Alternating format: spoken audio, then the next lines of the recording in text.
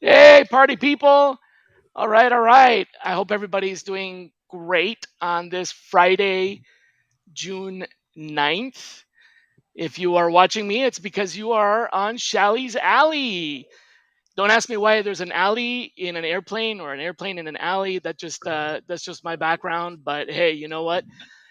As usual, we have a special guest today. Our special guest today is Dani Herrera. Dani is a diversity and inclusion ED&I, equity, diversity, and inclusion consultant. She's been in the business for about 20 years, 15 of those years in recruiting. So she actually knows what she's talking about when it comes to attracting and engaging and um, recruiting talent. She's the former director of recruitment operations for equity and diversity at a very large marketing and advertising company, global company that you may know of, RGA. And she is now actually a consultant, an independent consultant. You might have seen her articles on Forbes or HR Brew or LinkedIn News. Or, like me, you might know her from HRTX, where she's done a number of presentations and master classes about inclusive hiring. So, warm welcome to Shally's Alley, Dani. Thank you. Thank you so much. That was an amazing intro. Like, I don't know if there's anything left for me to say, so we might just close it now. Other than probably need to put your URL up here somewhere. So I'm gonna put Yeah. it on the Yeah, people can find me speaker. like in all of my socials in that link that you Yeah, here we have. go. I'm gonna put it on there. There you Awesome. go. Yeah. The link tree, not LinkedIn, link tree. And actually, interesting side note. So, like me, Danny also identifies as Hispanic. Yeah. We are both white passing Hispanics, right, Danny? Yeah. Yeah. So I'm white. So I was actually born and raised in Buenos Aires, Argentina. So actually my first language is Spanish. Same here. Um, Oh, yay! I didn't know that. That's amazing. So I moved to New York, I want to say about like 7 years ago, and that's where I am right now. Yeah. So yeah, that's interesting. And so Yeah. when you came, did you have English? I guess the hard question is, how was your English when you got here? Right? Like, are you Um, completely English as a second language, or did you like maybe in school, high school or whatever? kind of. So in Argentina, you actually have English at school, but you only have it like once a week. So you just, learn the basics. Familiar. But yes. So interestingly enough, what Yeah. happened was when I was a teen, and this is I don't know, it's like an embarrassing story, but I'm just gonna go ahead and say it. When I was a teen, I was obsessed with the Backstreet Boys, which is also speaking about how old I am. So of course they sang in English, and I really wanted to understand like what they were saying, right? So I basically Oh. and this is spoiler alert, this is not how it works, but basically what I did, I started translating their songs manually with a very, very small, tiny dictionary. And that's how, like, of course the songs didn't make any sense because that's not how translation worked. But basically what happened, I got a little bit better with my vocabulary, what actually got me to be a little bit better at like English at school, and that actually got me to like study English like outside of school. And then as I finished high school, I actually started studied to be a teacher of English. I did not finish No. that, and then I Okay. moved on to being a simultaneous interpreter, which I also Stop. did for a couple of years. And then I actually entered like the workforce back home in Argentina, and I always worked for American companies. So I want to say that I've been fully bilingual for a couple of years now. Yeah, yeah, yeah. That was a similar story for me. When I got here, my Spanish wasn't great. and I knew a lot of. I'm sorry, my English is what I meant to say wasn't great, and I knew a lot of words because I had a really high score in the TOEFL, the test for English as a Right. foreign Yeah, language. yeah, yeah, yeah. So I was great with the vocabulary, but it was putting them together and sometimes kind of the grammar um, and for me the trickiest part, and probably likewise for you with like it being a little bit more self-taught, is the difference between um, homonyms and heteronyms.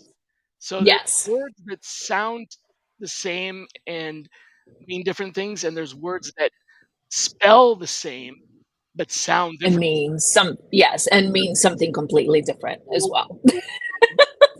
UND and wound, right? Yes. Wound a bandage over my wound. It's spelled the same. So if you're reading, you're like, what? And there's Yeah, so like many of doesn't make those any like that. sense. It's crazy. Yeah. Yeah, it is. It is. And I'm sure that you do this as well, but I mean, I don't do this that often anymore, but sometimes like I think in Spanish and then like automatically Yeah. translate in my brain, which it doesn't go well. I That's the sometimes only do thing I that, can and say about yeah, that. when I do that the most is when I have like a saying that I grew up with that is very, very eloquent and poetic in Spanish, Oh, but 100%. in English there is an equivalent. There's the same saying in English, but it's a different saying. So like the other day I was trying to remember one, and it sort of roughly translates to, in the plumber's house all of the pipes leak, right? Yes, Which and in that's English I actually the learned one. Yeah. Oh, how do you say it in English though? in English I learned yesterday, believe it or not, that the equivalent for that is the cobbler's children have no shoes. Oh, got it. Yes, you're right. So basically, in Argentinian Spanish, and I'm sure that maybe in other countries as well, but that saying actually, it's like a play with the words and uses my surname, like my last name. Hmm. So it's just like there is no way that I can explain what that means in I English. know So exactly, I right? I, I Yeah, don't e- I because don't even try. herrero is someone that works with iron, and so like Right, the right, right, right. blacksmith, So I'm just not gonna yeah, go the there. farrier, right? So anyway, yeah, that's crazy. Well, listen, tell us a little bit about tell the audience about inclusive hiring, which is, there's diversity, there's equity, and there's inclusion. Yeah, Of course, there's different. We've talked about this on the show before about the difference between diversity and equity, and the difference between equity and inclusion. But your specialty is inclusive hiring as opposed to correct. diversity recruiting. So tell Exactly. us the difference between inclusive hiring and diversity recruiting. Awesome. So and I think, and hopefully this is easy for the audience to understand as well, but diversity hiring is mostly just focusing on hiring a diverse pool of candidates, which in my Mm. opinion Yeah, is the right. it's the easy thing to do. I mean, it's very easy to do, right? Like you have to be intentional about it, but the talent is out there. They want to get hired. The only thing that you need to do is find them and hire them if that's what you want to do. That's diversity recruiting. And there's so many websites and platforms and communities that can help you do that. So again, like hiring the diverse talent is the easy part. The part that actually takes a little bit more intentionality and commitment and time and like buy-in from not only the recruiters but the talent teams and the executive teams at whatever company we're talking about is making sure that the hiring process is inclusive, equitable, and accessible, right? Because again, if we want to hire diverse talent, we interview them, we hire them. However, what we see happening is that whenever we reach out to diverse talent, between a million air quotes, our processes are not ready, right? So we are still embedding all of the very outdated biases that we have in recruitment. We were actually talking about this, I think it was Tuesday or Wednesday with Recruiting Daily as well, like how we recruiters embed so many of our own biases in the processes that we follow, right? So what I do is I help recruiters and companies take a look at the processes that they have, which I hope every company at least have a semblance of a recruitment process. And then what we Right. do is we break it down as much as we possibly can We identify all of the biases that are embedded there, and then we redesign the process just to make sure that, again, it's inclusive of all of the candidates that we want to interview and hire, that it's equitable, again, for all of the candidates that we want to interview, and that it's also accessible, meaning that candidates with disabilities or neurodiverse talent is also welcomed and included in the process as well. So it actually takes a little bit of time because, again, recruiters, we've been following the same processes for decades now. And something that I've noticed is like we all kind of like there are a lot of courses for recruiters, but there's no school, right, on how to learn how to be a recruiter. So what we do is we all end up like copying whatever somebody else is doing or whatever another company is doing, and that's how we kind of embed more biases into the way that we work. So it's something very tailored for every company and every recruiter as well. So would you? So as you said, you would hope most companies have an onboarding process. Most companies have, Mhm. but they don't necessarily always think about um, inclusion, because the first step typically is to standardize, right? The first thing is, Exactly. hey, we're getting bigger now. We have multiple offices, multiple divisions. Let's at least have one single process. Then we don't have like this department onboarding people like that and this one like that. So that's the first step. Then after you standardize, then you start to look at how to refine it and everything. Inclusion is often it kind of, a maturity, like you mature into, okay, we have a standard process now. Let's start looking at how to make it better. One of the things that we need to look at to make it better is to make sure that it's a fair process and that it's inclusive, etc.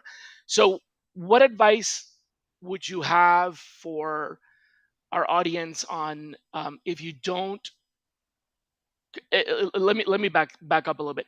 What Yeah. advice do you have for the audience so they can determine whether or not they have an inclusive hiring process? Okay. So A self audit, for like a self check. right. So this is a tough question again because everybody might be in a completely different level, and of course, I know that your audience is Right. global as Let's well. say they So don't have an inclusion they don't have an expert. inclusive process. So the very first thing that I usually recommend is taking a look at the data, right? And I know that sounds like like an easy answer. It really isn't. But one of the things that we can actually do is take a look at the data on every single step of the interview process. For example, Okay. um, what candidates are we reaching out to? Like, are we reaching out to every single demographic? Are we leaving some demographics aside? Like, even before then, like, do we know exactly what our company understands by diversity?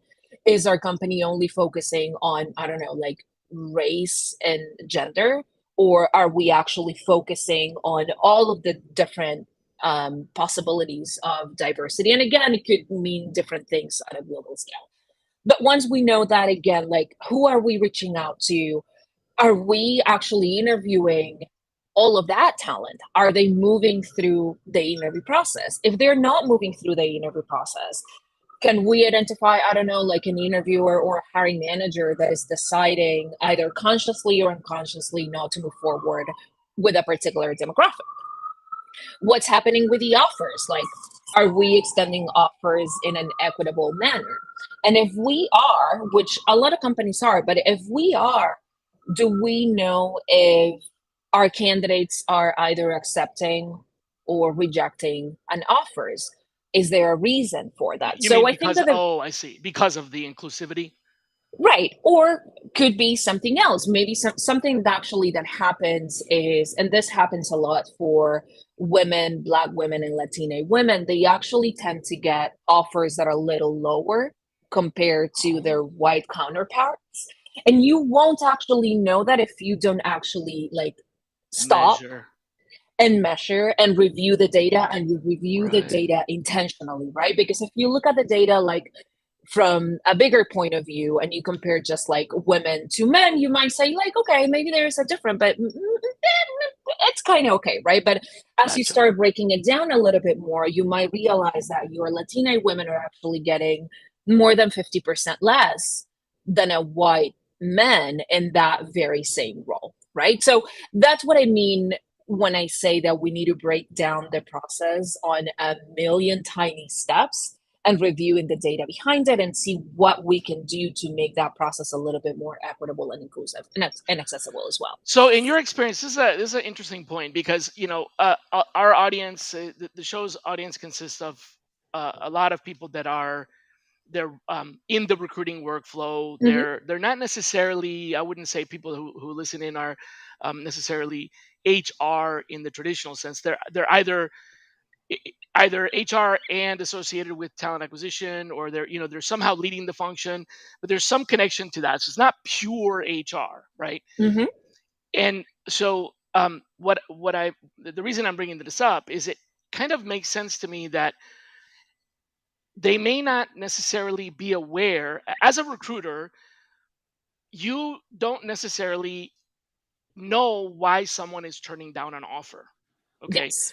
they can tell you, the candidate can say, I have a better offer, but that doesn't really say a lot. Like, I'm trying to walk carefully here, because when if I was putting myself in the shoes of, okay, I've got an offer from company A and I've got an offer from company B, and the offer from company A is $100 and the offer from company B is $120, I'm still not going to just take the other one because it's a little bit more money. I'm going to look at other factors, and everybody does the Hmm. same thing. It's not only about the money. There's other, career opportunity, etc. If I feel like company A has a more inclusive hiring but is paying a little bit less, I may accept that job, and I might just tell company B Yeah. that I accepted a better offer. I don't necessarily explain why. So how do we know if people are rejecting our offers because of inclusivity? So there are a couple of things that we can do, right? And again, this might really depend on like how the company has like built their process. Like the very first Mhm. thing that we could potentially do is, if we are intentional recruiters and we built a relationship with a candidate, I mean, if they made it to the offer, it is extremely likely that we've been chatting with them for a couple of weeks, right? Like at least 2 weeks if the process moved like very, very fast, and sometimes even months, right? So whenever that happens, what I like doing is having a conversation with a candidate, and they may not tell you, Mhm. and that's completely fine, and Right, right. You're that's not their gonna right, force and can't that's force fine. them to tell you, but Exactly, so you're right? So one saying of when they decline the offer to have the conversation, right, and how do just you so tell me what to basically what ask? I do is like, hey, I know that you are not going to move forward with us, but I would love to hear a little bit more about like your experience. Like, is there anything that we could have done better in our process to, make you decide to move forward with our particular offer? And again, that's not always possible, and that's completely fine. The candidate might tell you, no, there was no reason. I just accept it because Because I of have a better money, offer, or right? they might not even respond to that email, and that's completely fine. But that's like the one-on-one approach. Something else that we should be doing, and again, I know that this is stuff for the individual recruiters, because individual recruiters, they don't usually have the power or the proximity to power to actually change the entire The system and process, the right? way that the company operates. But one of the things that, if the audience is listening, if this is not something that you are doing, maybe this is something that you want to chat with your manager about. But what I always recommend as well is running surveys after the process for every Mhm. single candidate that went through the hiring process, right? So you can get a little bit more data on that as well. But And many going back to your, ATSs have that yeah, built yeah, yeah, in. So what would you put in exactly. the survey?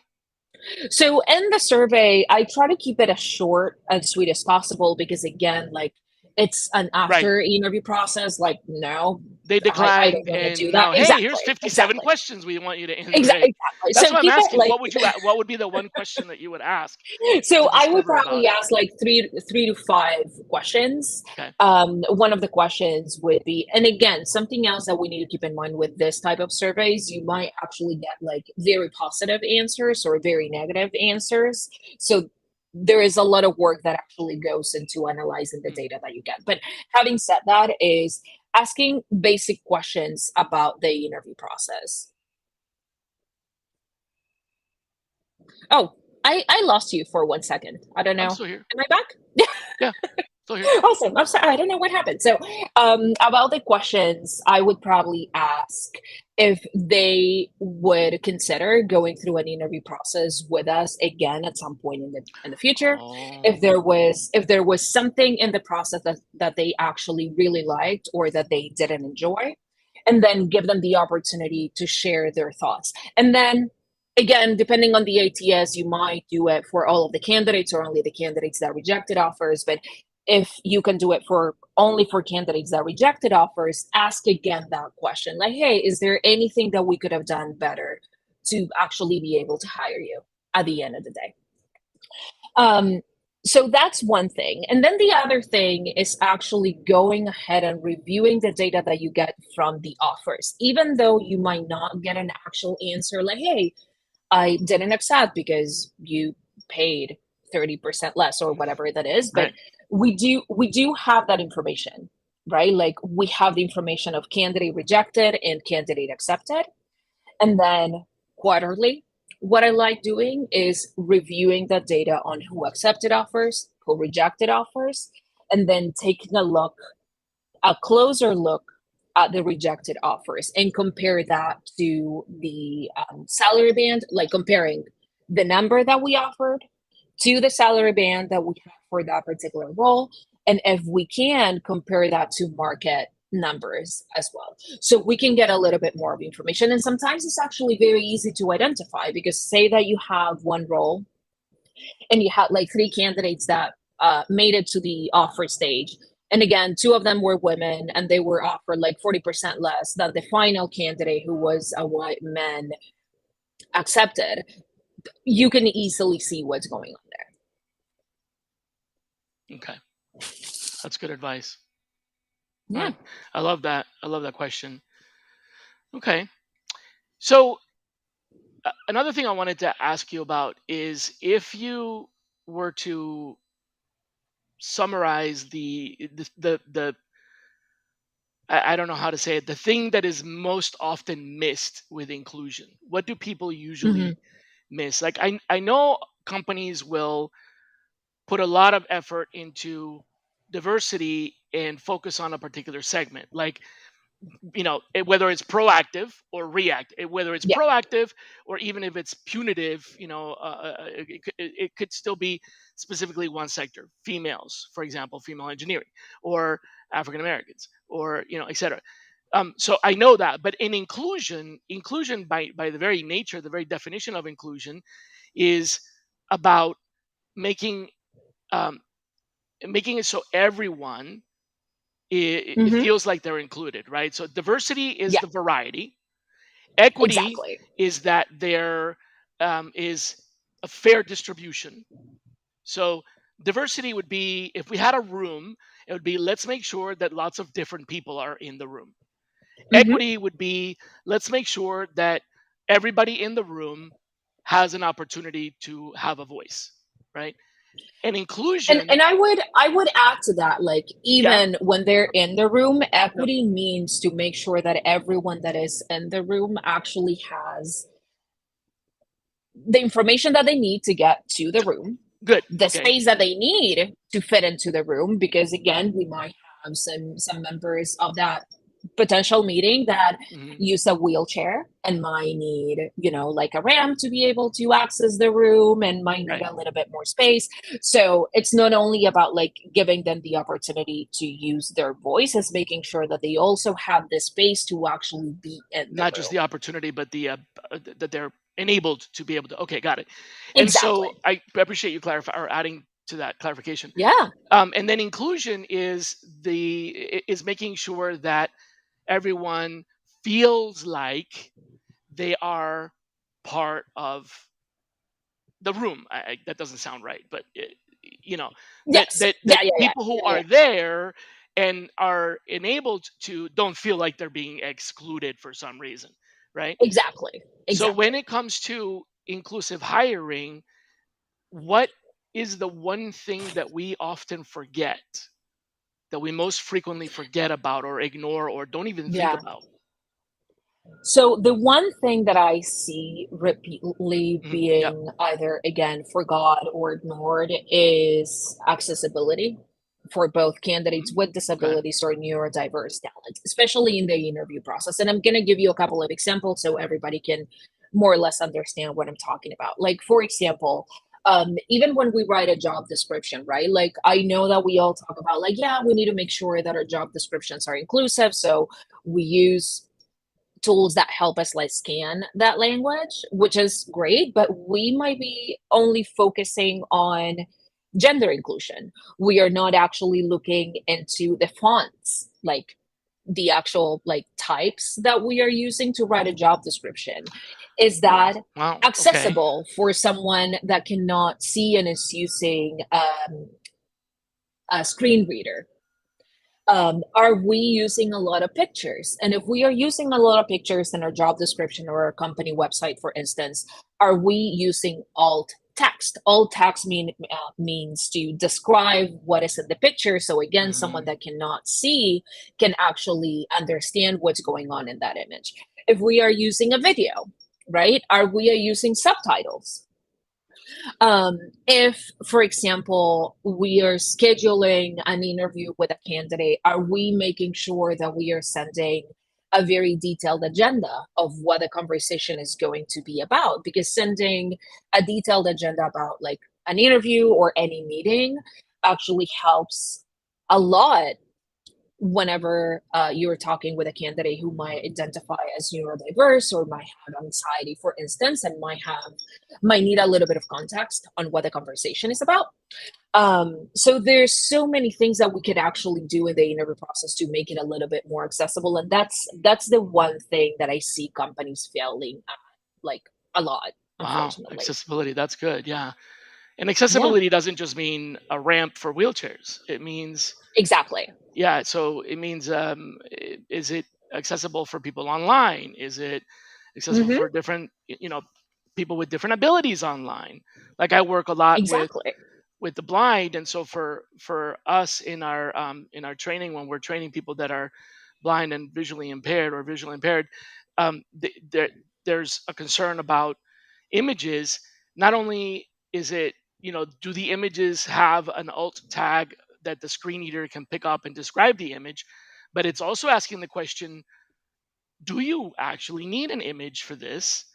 Or can you Hmm. describe this in another way? Or Yeah, can you use an image to enhance the point for people who can see the image, but in a way that doesn't leave out the point for people who can't see the image? So you still have to do it, exactly. both ways. That's yeah, that's an interesting. I always Exactly. look at And it the from a same thing training point of view. happens. So yeah, go ahead. And the same thing happens with like phone screens, right? Like one of the things that all recruiters do is like do phone screens either because that's the only thing that they learned or because they believe it's like the best way to minimize bias. And that's kind of true, like half Okay, and half, right? Like we are minimizing visual bias because we cannot see the person who's talking to us. right. Okay. But on the other side, we are actually excluding so many people to whom having a phone screen or having an interview via the phone is not the accessible way or the most equitable way for them to be interviewed. Okay. So again, that's what I mean when I talk about like we need to like really deconstruct every single step of the way and see how we can make that a little bit more inclusive. Hmm. Okay. Wow. A lot to think about. Yeah, a lot to think about. I usually try to keep the calls to about 30 minutes, and we're a little bit past that. But I want to, Yeah. at the end of all of these, I always ask my guests to give us something to think about. So Hmm.